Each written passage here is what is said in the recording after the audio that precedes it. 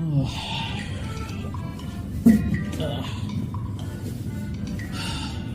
عملتوا ايه في العيد؟ ولا حاجة طبعا، كله قاعد في بيتهم. بقت شتوي. هلا هلا على الجد، والجد هلا هلا عليه، بحيث ان هو واحد واحد يعني. هناخد حتة كده من طرف الأفورة نشوف الكلام على ايه. عضة أسد ولا نظرة حسد؟ ما تقول الأذكار يا اسطى، حصن نفسك يعني. أنا وأخويا على ابن عمي، وأنا وابن عمي على الغريب. بص يا معلم، ده ينفع بس لو انتوا مثلا قاعدين بتلعبوا مالتي في بلاي ستيشن. انما هو انت واخوك وابن عمك عادي يعني، ومش لازم تبقوا على حد. واللي يتكسف من بنت عمه ما يجيبش منها عيال. لا لا يا معلم، اتكسف منها. اصل جواز القرايب ده اصلا مش احسن حاجه في الدنيا يعني. ان كان حبيبك عسل ما تلحسوش كله. مثل حتى ما تحبش ان انت تتخيله اصلا. يا اسطى القرف ده، يا بخت اللي صاحبه راجل. بعدين يقول لك ان جت الست يغور الراجل.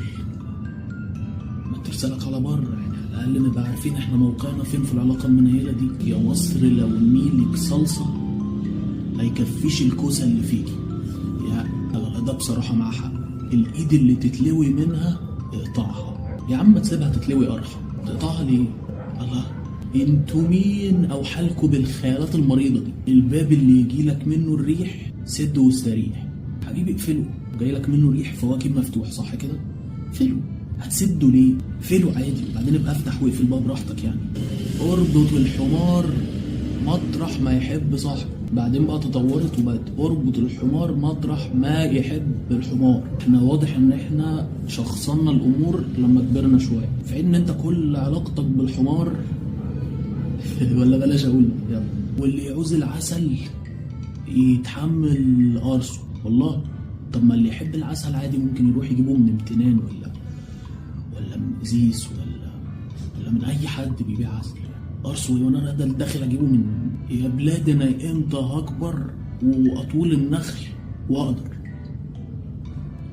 كبرت يا بكار. يا رب تبقى مبسوط يا بكار، انت والبلح والنخل والحاجات الغريبه اللي انت كنت بتتمناها دي. بط يقوم فرحان من النوم يغطس ويعوم وهات يا لعب، وانا لا. ولا انا يعني ماليش نفس؟ يلا الحمد لله.